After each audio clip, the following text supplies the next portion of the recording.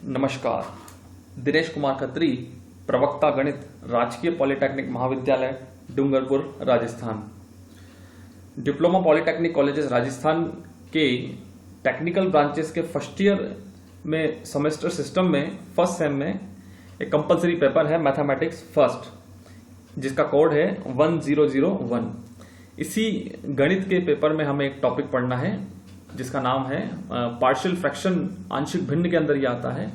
क्या है? To resolve proper fraction into partial fraction with denominator containing non repeated linear factors. ऐसे वास्तविक भिन्नों को आंशिक भिन्न में बदलना जिनके हर में रैखिक गुणनखंड बिना पुनरावृत्ति के होंगे। यानी कि ऐसे वास्तविक भिन्न उठाने हैं जिनके हर में रैखिक गुणनखंड की पुनरावृत्ति नहीं हो रही हो, तो उनको आंशिक भिन्न में हम कैसे बदलेंगे, ये हमें आज देखना है। तो चलिए शुरू करते हैं। शुरू करने के पहले एक बार हम सिलेबस पे नजर डाल देते हैं। ये सिलेबस है मैथमेटिक्स फर्स्ट का, 1001 इसका कोड है। इसमें देखिए जो फोर्थ यूनिट है पार्शियल फ्रैक्शन, इसी में ये टॉपिक है 4.3 to resolve proper fraction into partial fraction with denominator containing non repeated linear factors. 4.1 definition of polynomial fraction proper and proper fraction, इसका वीडियो मैं बना चुका हूं। 4.2 डेफिनेशन ऑफ पार्शियल फ्रैक्शंस, ये भी वीडियो मैंने बनाया है इंट्रोडक्शन टू पार्शियल फ्रैक्शन के नाम से। तो आज हम इस वीडियो में ये टॉपिक कवर करेंगे 4.3 to resolve proper fraction into partial fraction with denominator containing non repeated linear factors. तो चलिए शुरू करते हैं। देखिए सबसे पहले तो आंशिक भिन्न के बारे में, वैसे तो इस पर एक वीडियो आ चुका है, लेकिन फिर भी हम इसका ब्रीफ इंट्रोडक्शन ले लेते हैं। आंशिक भिन्न मतलब वियोजन या फिर डीकंपोजिशन द्वारा एक परिमेय बीजीय भिन्न को कई बीजीय भिन्नों के योग के रूप में व्यक्त करना आंशिक भिन्नों में खंडन करना कहलाता है। जैसे ये एक उदाहरण है आपका 2x minus alpha minus beta upon x square minus alpha plus beta x और अल्फा बीटा। अगर ये जो हर में ये जो टर्म है x square minus alpha plus beta गुणा एक्स प्लस अल्फा बीटा, इसके अगर आप गुणनखंड करोगे तो x minus alpha x minus beta आते हैं। तो एक प्रोसेस होता है, उस प्रोसेस के द्वारा इसको आंशिक भिन्न के रूप में लिखा जा सकता है। तो वो हमने उस प्रोसेस के द्वारा इसको इस तरह से लिखा है। अब ये दोनों बराबर होते हैं। अगर आप इन दोनों का एलसीएम लेंगे, राइट साइड को अगर आप सॉल्व करेंगे तो x minus alpha x minus beta LCM आएगा। जब आप सॉल्व करेंगे इसे तो पूरी तरह से, तो आपको वापस ये टर्म मिल जाती है। यानी ये दोनों टर्म आपस में बराबर हैं। तो इस एक पद को हमने दो पदों में तोड़ दिया, मतलब डीकंपोज कर दिया। तो लीनियर फैक्टर्स के रूप में आज हमें डीकंपोज करना है, मतलब जो हर है उसमें नॉन रिपीटेड लीनियर फैक्टर्स होने चाहिए। तो अब देखो नियम क्या है। परिमेय भिन्न को आंशिक भिन्न में खंडित करने के नियम, rules of resolving a rational fraction into partial fraction. कैसे करना है देखो। सर्वप्रथम यदि भिन्न एक परिमेय वास्तविक भिन्न नहीं हो तो अंश को हर से भाग देते रहना चाहिए, जबकि शेष में घात हर की घात से कम न हो जाए। देखिए वास्तविक भिन्न और दूसरा था आपका विषम भिन्न। तो वास्तविक भिन्न में क्या था कि अंश की घात कम होती है हर की घात से, तो ही हम उसको आंशिक भिन्न में बदल पाएंगे। अदरवाइज अगर आपको वास्तविक भिन्न न दे करके आपको विषम भिन्न दी गई है, इम्प्रॉपर फ्रैक्शन दिया गया है, तो पहले आप उसे भाग दे करके अंश में हर का भाग लगाएंगे। तब तक भाग देते रहिए जब तक रिमाइंडर जो शेषफल है वो हर की घात से कम ना हो जाए। इस प्रकार दी हुई भिन्न एक साधारण भिन्न तथा वास्तविक भिन्न में विघटित हो जाएगी।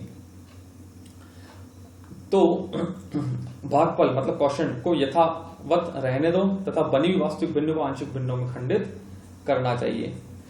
तो जो बची हुई वास्तविक भिन्न होगी उसको हमें आंशिक भिन्न में बदलना होगा। तो पहली बात तो ये कि आंशिक भिन्न में किसको बदला जाएगा, सभी भिन्नों को नहीं, वास्तविक और विषम भिन्न दोनों को नहीं, सिर्फ वास्तविक भिन्न को ही बदला जा सकता है। अगर विषम भिन्न आपको दी गई है तो विषम को या इम्प्रॉपर फ्रैक्शन को आप पहले रियल या वास्तविक भिन्न में बदलेंगे, प्रॉपर फ्रैक्शन में कन्वर्ट करेंगे। फिर देखिए क्या लिखा हुआ, यदि हर गुणनखंडों के रूप में नहीं हो तो हर के गुणनखंड करने चाहिए। डिनोमिनेटर में हर में अगर फैक्टर्स नहीं किए हुए लीनियर फैक्टर्स तो उसे फैक्टर्स में कन्वर्ट कर दीजिए जितने भी मैक्सिमम पॉसिबल फैक्टर्स हो पाते हैं। थर्ड पॉइंट क्या है, हर में बिना पुनरावृत्ति के x माइनस ए के रैखिक खंड लीनियर फैक्टर के संगत a अपॉन x माइनस ए के रूप की आंशिक भिन्न होती है, जहां a एक अचर होता है। उदाहरणार्थ व्यंजक की आंशिक भिन्न। ये जो सेकंड कंडीशन है ये रिपीटेड लीनियर फैक्टर्स का है, ये हमें इस टॉपिक में कवर नहीं करना। तो चलिए इस पर हम बात कर लेते हैं एक बार। देखिए क्या करना है हमें।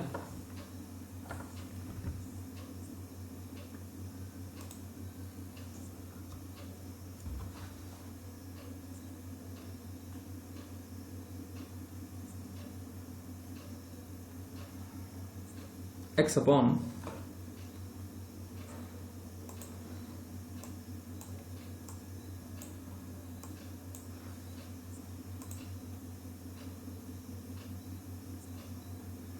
x अपॉन नीचे आपका था x प्लस 1 x माइनस 3 और x माइनस 4।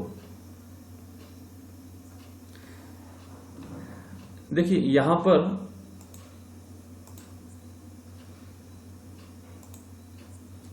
पर डिनोमिनेटर में हर में रैखिक गुणनखंड पहले से ही मौजूद हैं और आप देख सकते हैं कि ये एक प्रॉपर फ्रैक्शन है, मतलब वास्तविक भिन्न है। ये इम्प्रॉपर फ्रैक्शन नहीं है, ये विषम भिन्न नहीं है। क्यों नहीं है? क्योंकि आप देखेंगे तो अंश की जो घात है वो तो 1 है और जो हर की घात है वो अधिक है, क्योंकि x प्लस 1 x माइनस 3 और x माइनस 4 गुणा होकर के x की घात 3 बन जाता है। तो नीचे या हर में या डिनोमिनेटर में जो पद आता है इसकी घात है 3 और अंश में जो पद है इसकी घात है 1। तो अंश की घात चूंकि कम है इसलिए ये वास्तविक भिन्न है। अगर अंश की और हर की घात बराबर होती या अंश की घात अधिक होती तो फिर ये इम्प्रॉपर फ्रैक्शन होता, विषम भिन्न। तो उसे पहले भाग देकर के प्रॉपर फ्रैक्शन में बदलना पड़ता है। तो चूंकि ये वो बदलना मैंने इसके पहले वाले वीडियो में बताया है, तो वो वीडियो आप जरूर देखें, उसके बाद ही ये वीडियो देखें। तो अब देखिए चूंकि ये वास्तविक भिन्न है तो वास्तविक भिन्न, तो अब डिनोमिनेटर में या हर में चूंकि रैखिक गुणनखंड किए हुए हैं, अगर रैखिक गुणनखंड नहीं किए हुए होते तो सबसे पहला काम हमें ये करना होता है कि हर या डिनोमिनेटर में जो भी पद है उसके आपको रैखिक गुणनखंड करने होते हैं। चलिए जब आप रैखिक गुणनखंड कर लेंगे तो हर एक गुणनखंड के संगत एक अचर आपको मानना होता है। मतलब कि जैसे x प्लस 1 के लिए मैं मान लेता हूं a अपॉन x प्लस 1, फिर प्लस x माइनस 3 के लिए मान लीजिए आप b अपॉन x माइनस 3, फिर प्लस c कोई तीसरा मान लीजिए आप x माइनस 4 के लिए। अब मुझे नहीं पता a b c की वैल्यू क्या होगी, कोई ना कोई कांस्टेंट्स हैं, कोई ना कोई अचर वैल्यू होगी, वो प्लस में माइनस में कोई भी वैल्यू आ सकती है। तो वो वैल्यूज हमें ज्ञात करनी है। मतलब ये जो लेफ्ट साइड में वास्तविक भिन्न है हमने इसको राइट साइड में आंशिक भिन्न के रूप में व्यक्त कर दिया। तो ये 3 लीनियर फैक्टर से अलग अलग इस तरह से हमने इसे व्यक्त कर दिया। अब ABC के मान ज्ञात करने के लिए आपको क्या करना होगा, आपको यहां पर एलसीएम लेना होगा। ये तीनों ही पद हमारे एलसीएम के रूप में आ जाते हैं, x प्लस 1, x माइनस 3 और x माइनस 4। आप देखेंगे कि पहले पद में x प्लस 1 है तो यहां पर जो भाग है x माइनस 3 x माइनस 4 बार गया, जो कि a से गुणा हो जाएगा। तो a गुणा x माइनस 3 और x माइनस 4, फिर प्लस b। यहां x माइनस 3 ऑलरेडी है तो यहां पर आप लिखेंगे x प्लस 1 और x माइनस 4, फिर plus c। x minus 4 already है तो यहां आप लिखेंगे x प्लस 1 और x माइनस 3। जब आप ऐसा कर लेते हैं तो आप देखिए लेफ्ट साइड में तो ये जो पद है ये एज इट इज ही रहेगा आपका x अपॉन, ये आपका है x प्लस 1 x माइनस 3 और x माइनस 4। अब लेफ्ट साइड और राइट साइड को अगर आप कंपेयर करेंगे तो दोनों का डिनोमिनेटर सेम है, तो दोनों आपस में कैंसिल भी हो सकते हैं। तो मान लीजिए कि कैंसिल हो गए, तो अब इसके बाद क्या बचता है, इसके बाद बचता है ax। लेफ्ट साइड में तो आपके पास क्या बचेगा, सिर्फ x, और राइट साइड में क्या बचेगी, ये सारी टर्म्स आपको बच जाती है। तो अब हमें करना क्या है कि लेफ्ट साइड और राइट साइड में हमें लेफ्ट साइड और राइट साइड में हमें अब एबीसी के मान ज्ञात करने के लिए हमारे पास दो तरीके हैं। एक तरीका तो यह है कि लेफ्ट साइड और राइट साइड में हम एक्स स्क्वायर, एक्स और अचर पद इनके गुणांकों की तुलना कर लेंगे तो एबीसी के मान आ जाते हैं। इसके अलावा भी एक तरीका है जो इजी पड़ता है, वो क्या है कि लीनियर फैक्टर्स को अलग अलग जीरो के बराबर आप करिए, तो जो मान आते हैं वो मान आप बारी बारी से रखिए, आपको एबीसी के मान मिलते चले जाएंगे। फॉर एग्जाम्पल, सबसे पहला वाला जो है रेखीय गुणनखंड वो क्या है, वो है आपका x+1 बराबर x+1 है, तो इसको अगर आप जीरो के बराबर करिए तो आपको मिलता है x बराबर -1। ये अगर हम रखते हैं x-1 तो हमें क्या मिलेगा, देखिए लेफ्ट साइड में x की जगह -1 रखना है, तो लेफ्ट साइड में तो -1 और राइट साइड में देखो क्या होगा, राइट साइड में यहां -1 रखेंगे आप तो a गुणा x की जगह -1 रखा है तो -1 और -3 मिलकर के -4। फिर देखिए x की जगह -1 रखना है तो -1 -4 दूसरे पद में ये -5 बन गया आपका। फिर प्लस अब x की जगह रखना है -1 तो x+1 जो पद है यहाँ x की जगह -1 रखते हैं, -1 + 1 0, तो ये पूरी सेकंड वाली जो टर्म है ये पूरी आपकी जीरो में कन्वर्ट हो जाती है। फिर तीसरी वाली जो टर्म है यहां पर भी अगर आप x की जगह -1 रखेंगे तो -1 + 1 ये x+1 फैक्टर के कारण ये जीरो बन जाता है। तो ये आपका दूसरा पद और तीसरा पद ये दोनों ही जीरो में बदल जाते हैं। तो यानी कि इसके बाद हमारे पास क्या बचता है, सिर्फ 0 + 0। इसे जब आप सॉल्व करते हैं तो क्या मिलेगा, देखो ये हल करने पर लेफ्ट साइड में -1 है और राइट साइड में -4 और -5 गुणा होकर के -20 तो -20a। तो इसे आप सॉल्व करिए, आपको a की वैल्यू मिल जाती है, क्या मिली, माइनस से माइनस कैंसिल, 1/20 ये a का मान आ गया। फिर से देखिए, अब जो दूसरा फैक्टर है, जो दूसरा गुणनखंड है वो क्या है कि यदि दूसरा गुणनखंड है x-3, इस x-3 को अगर आप 0 के बराबर करते हैं तो यहां से x का मान मिलता है 3। तो ये x का मान जो 3 है ये रख दीजिए आप ऊपर वाली समीकरण में। तो लेफ्ट साइड में तो x है तो x की जगह रख दिया 3 और राइट साइड में देखो x-3 है तो x की जगह जैसे ही 3 लगा 3 - 3 0, तो पहला वाला जो टर्म है 0 के बराबर हो गया।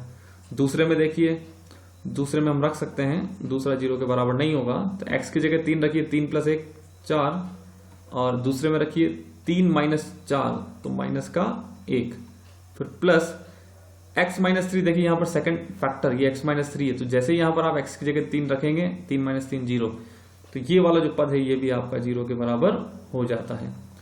इसे जब आप सॉल्व करेंगे क्या मिलेगा, देखो 3 लेफ्ट साइड में और राइट साइड में 4 गुणा -1 तो -4b।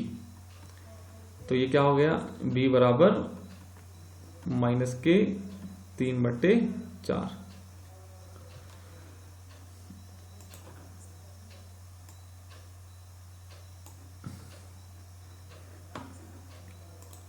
अब देखिए तीसरी जो कंडीशन है वो क्या है कि यदि तीसरा जो फैक्टर है x-4 है तो इस x-4 को जब आप 0 के बराबर करते हैं तो आपको मिलता है x बराबर 4। ये वैल्यू आप रखिए ऊपर वाली समीकरण में, तो x लेफ्ट साइड में तो 4 आ जाएगा और राइट साइड में देखिए ये जो फैक्टर है x-4, इसके कारण जैसे ही x की जगह 4 रखेंगे 4 - 4 0, तो पहला जो पद है आपका ये तो आ गया 0।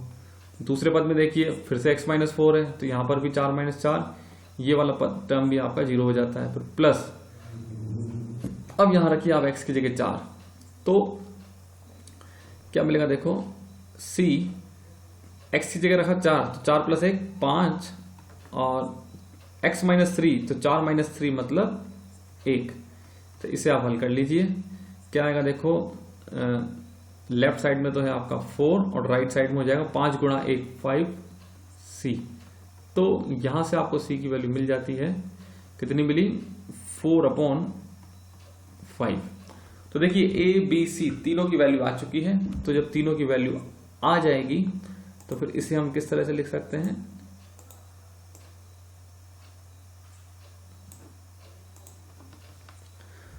तो कहने का मतलब ये है कि ये जो टर्म थी आपकी कौन सी, x upon x plus 1 x minus 3 और x माइनस 4, इस टर्म को हम किसके बराबर लिख पा रहे थे, a अपॉन x प्लस 1। तो a का मान आ चुका है कितना है 1/20, तो 1/20 और इसके बटे में क्या है x प्लस 1, फिर प्लस b का मान भी आ चुका है, कितना आया -3/4, तो x माइनस 3, फिर प्लस क्या है 4/5 है, तो c का मान रख दीजिए 4/5 बटे x माइनस 4। तो इस तरह से हम ने एक वास्तविक भिन्न को, एक प्रॉपर फ्रैक्शन को आंशिक भिन्न में मतलब पार्शियल फ्रैक्शन में कन्वर्ट कर दिया। तो हमारा जो टॉपिक था मेनली उसमें यही हमें कवर करना था कि प्रॉपर फ्रैक्शन को पार्शियल फ्रैक्शन में कन्वर्ट करना, लेकिन डिनोमिनेटर में कंडीशन है कि नॉन रिपीटेड लीनियर फैक्टर्स भी लीनियर, क्वाड्रेटिक भी नहीं। तो इसलिए बहुत आसान है, आपको नीचे या तो गुणनखंड करे हुए मिलेंगे और करे हुए नहीं है तो आप गुणनखंड करेंगे हर में डिनोमिनेटर। जब आप गुणनखंड कर लेंगे तो इस तरह के एक टर्म्स आप एज्यूम करेंगे। ये जब आप एज्यूम करेंगे तो एबीसी के मान फाइंड करने के लिए एक एक फैक्टर को 0 के बराबर करके एक्स की जो वैल्यू आती है वो एक्स की वैल्यू आपको अलग अलग पुट करनी होगी। जब आप ऐसा करते हैं तो एबीसी की वैल्यू मिल जाएगी। अब जैसे यहाँ पर 3 फैक्टर्स हैं तो हमेशा जरूरी नहीं है 3 फैक्टर मिले, ये कभी 2 फैक्टर भी मिल सकते हैं, 3 मिल सकते हैं, 4 मिल सकते हैं। 2 मिलेंगे तो ए और बी ही मानना पड़ेगा, सी नहीं मानना। 4 मिलेंगे तो ए बी सी एक और मानना पड़ेगा, डी। तो इस तरह से कितने भी लीनियर फैक्टर्स आ जाए, कितने भी रैखिक गुणनखंड, रैखिक गुणनखंड से हमारा मतलब है जिनकी घात 1 होगी। देखिए x प्लस 1, एक्स स्क्वायर की कोई टर्म नहीं है इसमें, मतलब ये रैखिक गुणनखंड है। यहां पर भी x माइनस 3 है तो ये भी, यहां पर भी एक्स स्क्वायर या एक्स क्यूब वाली कोई टर्म नहीं है, मतलब एक ही घात है, एक से अधिक कोई घात नहीं है। तो ये भी क्या हो जाएगा आपका लीनियर या फिर रैखिक। इस तरह से ये भी, तो लीनियर मतलब एक घातीय गुणनखंड हमें दिए जाएंगे हर में, और नहीं दिए गए तो आप उसे गुणनखंड करके एक घातीय गुणनखंड बना सकते हैं। तो इस तरह से हम वास्तविक भिन्न को आंशिक भिन्न में बदल देंगे। तो आज के इस वीडियो में इतना ही। Thank you.